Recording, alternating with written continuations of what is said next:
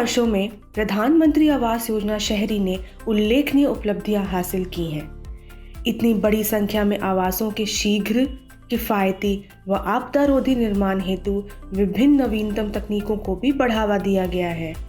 इसी विषय पर तथा देश के विभिन्न भागों में लाभार्थियों से मुलाकात के दौरान व्यक्त की गई भावनाओं के बारे में श्री अमृत अभिजात से सुनते हैं। नमस्कार, मैं सुभाषिष दास, निदेशक ministry of housing urban affairs, आप लोगों का स्वागत करता हूं इस पॉडकास्ट में, PMAY अर्बन पॉडकास्ट। इसमें आज हमारे साथ रहेंगे विशेष अतिथि श्री अमृत अभिजात जी। अमृत अभिजात जी मिशन डायरेक्टर और संयुक्त सचिव है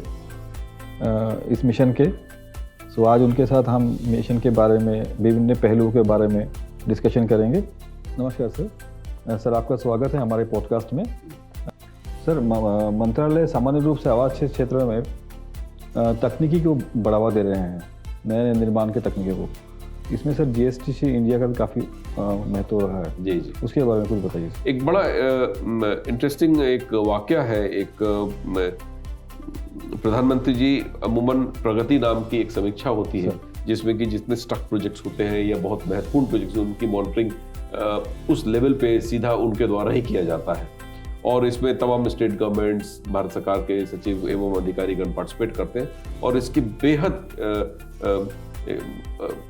सिग्निफिकेंट फायदे हुए हैं, क्योंकि कई प्रोजेक्ट्स जो सालों से रुके हुए थे इस लेवल पे आके वो सुलझाए गए हैं।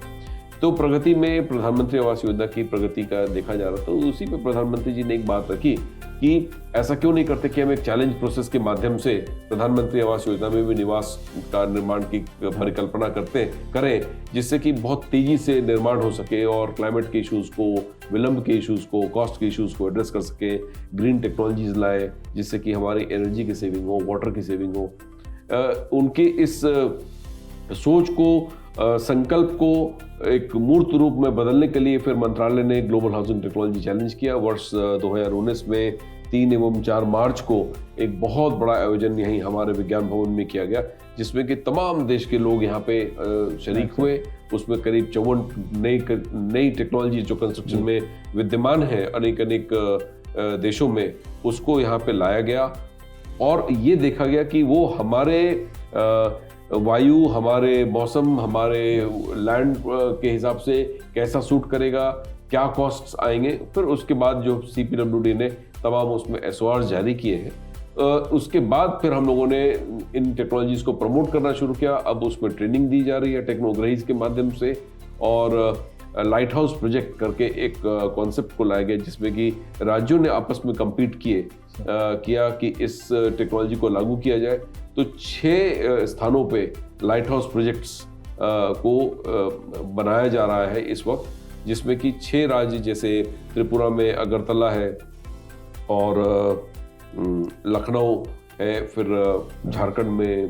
रांची है, राजकोट है गुजरात में, एवं तमिलनाडु में चेन्नई में काम हो रहा है, और मध्य प्रदेश में इंदौर में इसे बनाया जा रहा है। ये लाइट हाउस प्रोजेक्ट जो है लाइव लेबोरेटरी के रूप में यूज़ किए जाएंगे, जिसमें कि तमाम लोग जो है, इंजीनियर्स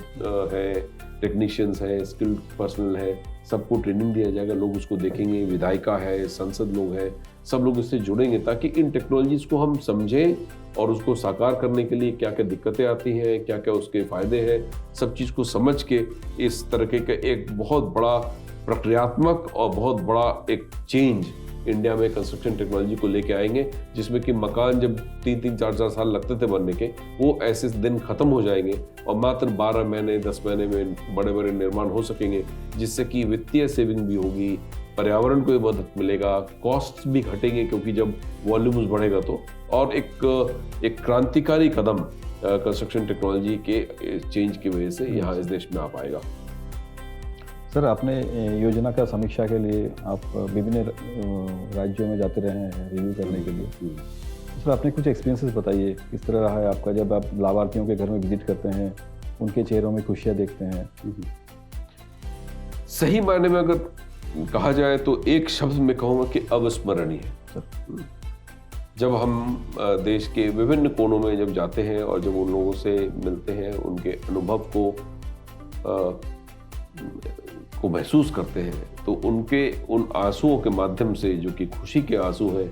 और उन महिलाओं से जब हम इंटरेक्ट करते हैं कि जीवन में एक बहुत मूलभूत परिवर्तन आया है, उनके सामाजिक अस्तित्व में बहुत मूलभूत परिवर्तन आया है, और ना सिर्फ 4 दीवारों का ये घर किसी को मिल जा रहा है, क्योंकि वो भी एक बहुत बड़ी चीज़ होती है, परंतु ये उस तरह के घर नहीं है। इसमें इस घर में स्वाभिमान और डिग्निटी को बहुत इम्फेसिस दिया गया है, क्योंकि घर के जो साइजेस हैं, घर की जो आबो हवा है, जो सुविधाएं दी गई हैं राज्य सरकार, केंद्र सरकार के द्वारा मिलके, और जो लोगों ने खुद से बनाए हैं, वो ऐसा बनाया है जैसे कि अपने सपने को साकार कर रहे हो, ना कि 4 दीवारों का कोई छोटा सा घर मिल गया। निश्चित रूप से